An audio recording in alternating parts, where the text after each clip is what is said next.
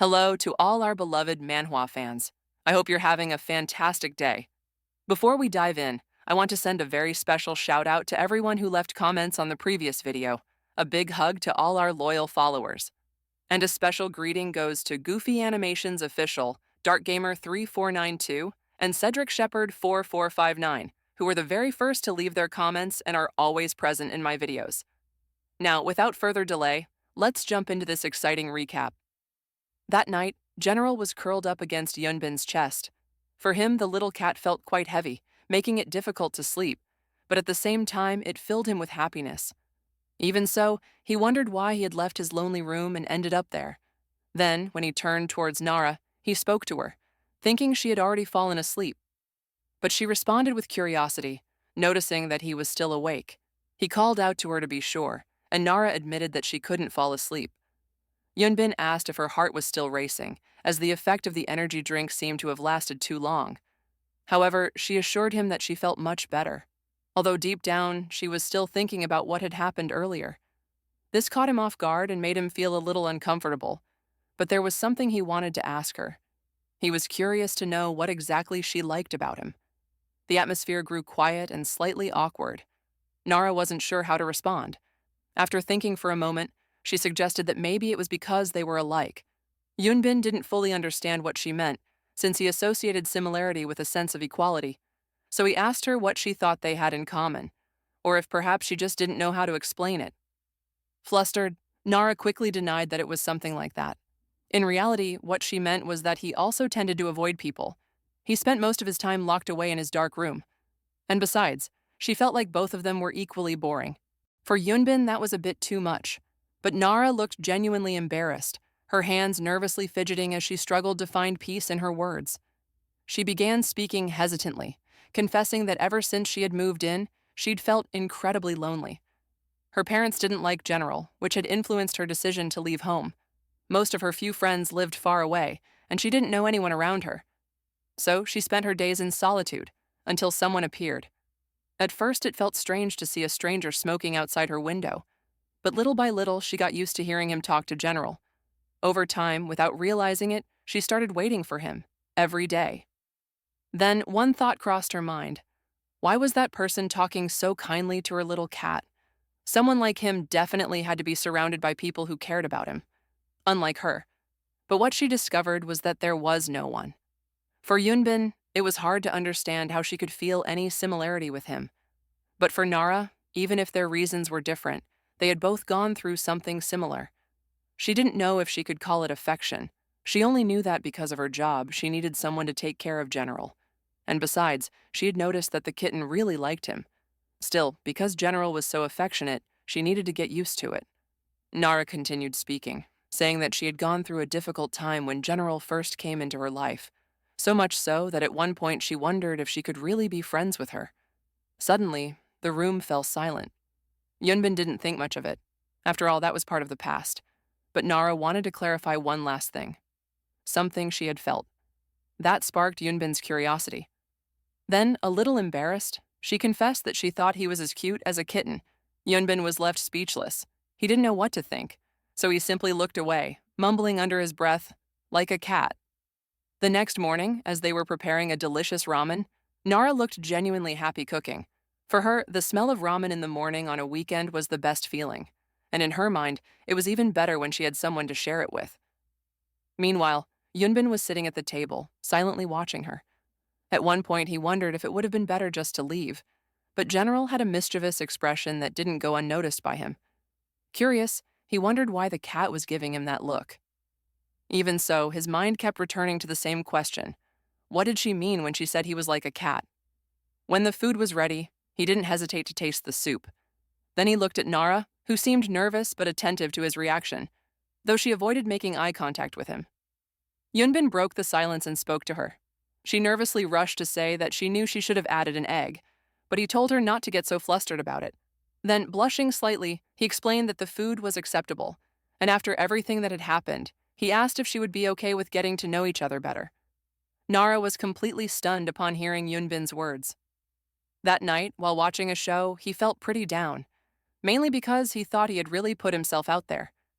It wasn't like he expected to be rejected, But Nara's reaction was something he hadn't anticipated. He sighed and leaned back in his chair.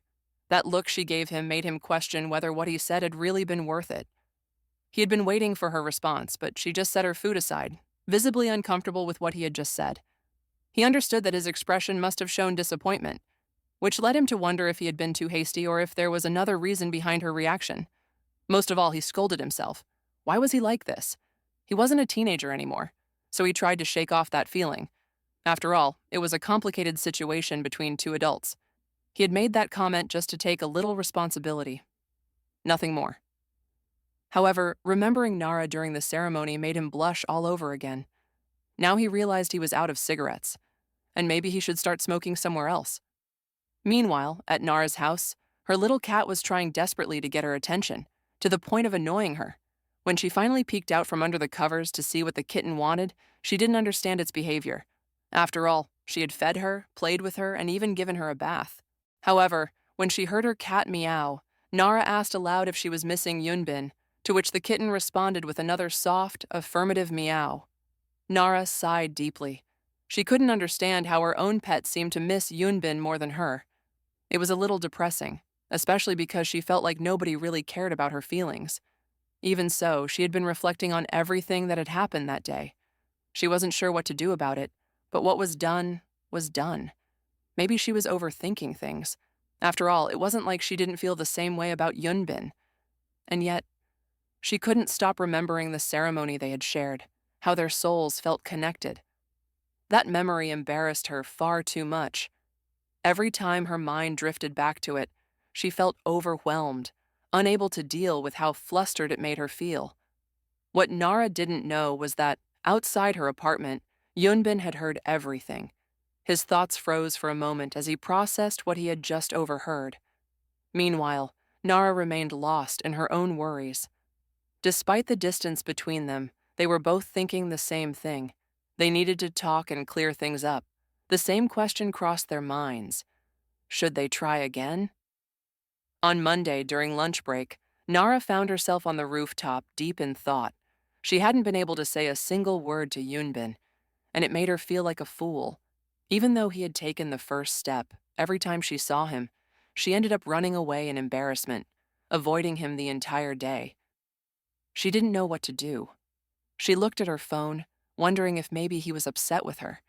Just then, she received a message. When she opened it, she saw it was from her team leader, letting her know she was standing right behind her and hoped she wouldn't be too surprised. Nara didn't understand what she meant, until suddenly, Join appeared, asking if she was having man troubles. That startled Nara so much she screamed. Seeing her reaction, Join realized Nara was easily surprised, but the loud scream only confirmed it. A little later, Join commented that Nara seemed more serious than usual that day, and that's why she had asked about a guy, although she hadn't expected it to be anything serious. With a playful smile, she asked if the guy was someone from the office. Nara immediately shook her head, clarifying that it was someone from her neighborhood. Hearing this, Join couldn't help but find her even more adorable. Then she asked if Nara had some free time, because she wanted to treat her to a fancy meal where she could tell her everything about this guy, and Join could offer her some advice.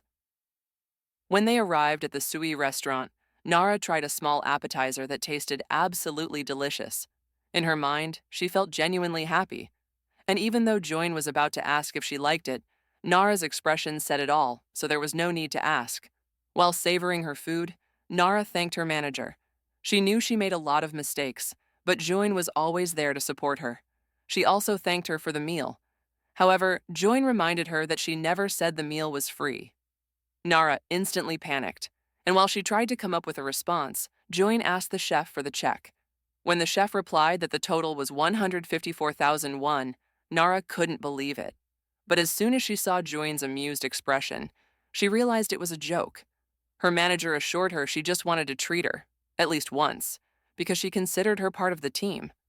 However, she made it clear that if Nara didn't want to talk about what was bothering her, that was fine too. She just wanted to listen because she could see she was feeling down. Nara knew that if she talked to Join, everything would be fine. After all, she was a mature person. Even though she was nervous, she finally told her what happened the previous weekend. As she listened, June couldn't believe what she was hearing.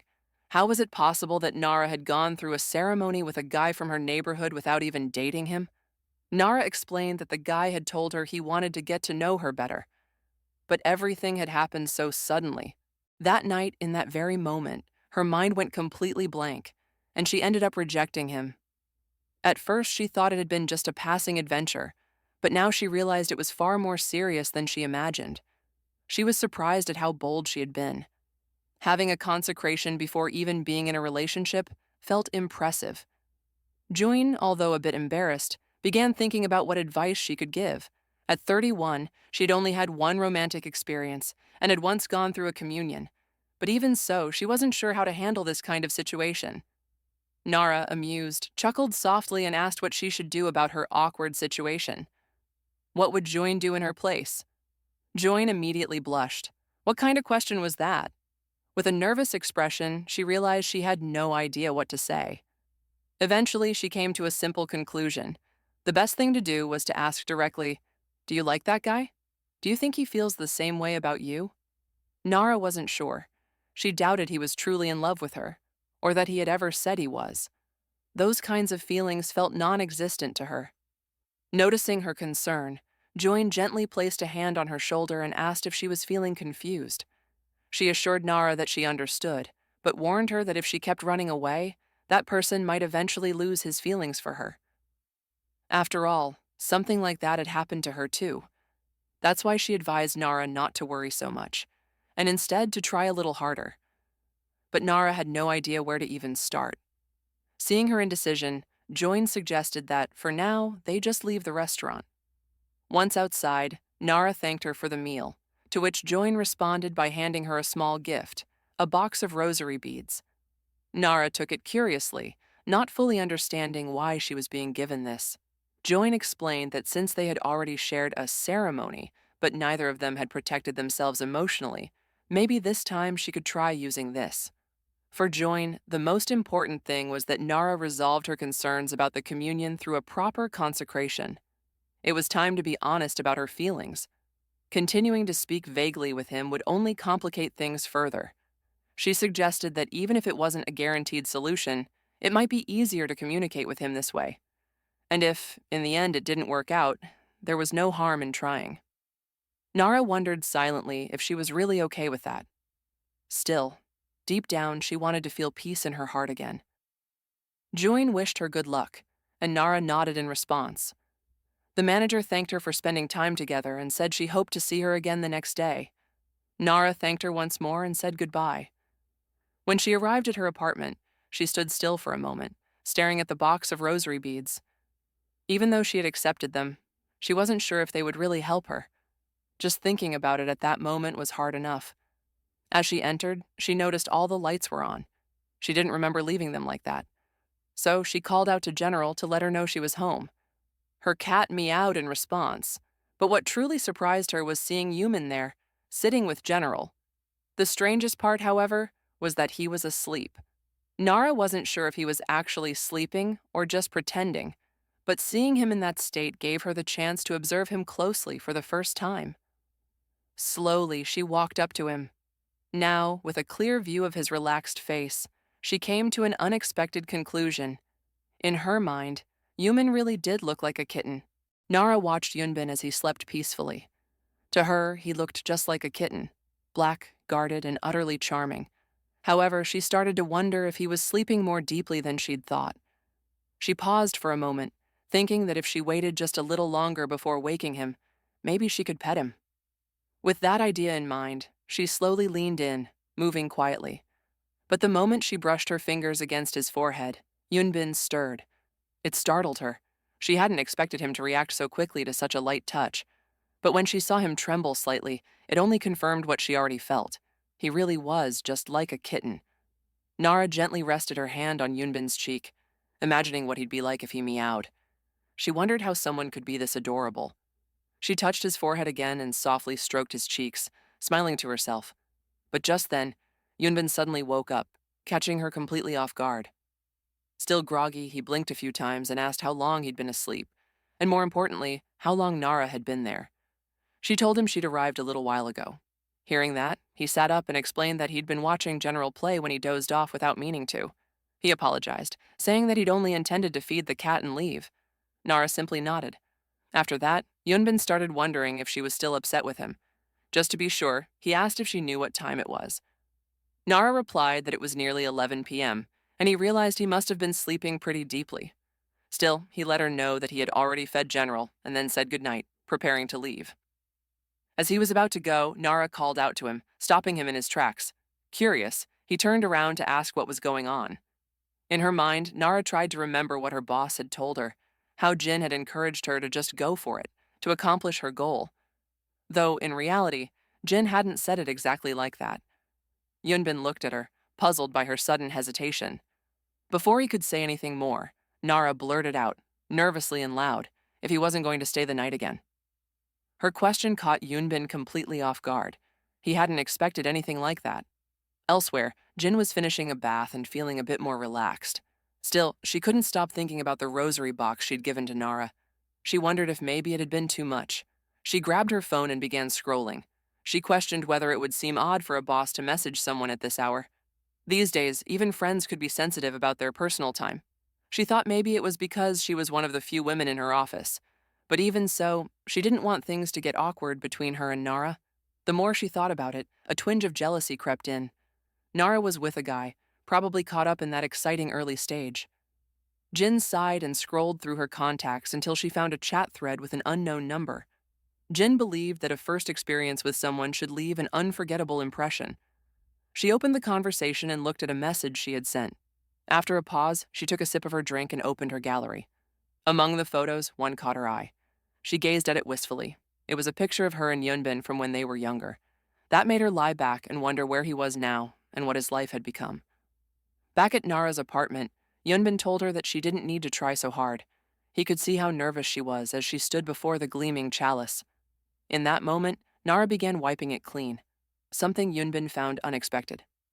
Still, he could feel his soul relaxing. He couldn't help but wonder why she suddenly took the initiative like that. Nara, meanwhile, focused on cleaning the upper part of the chalice.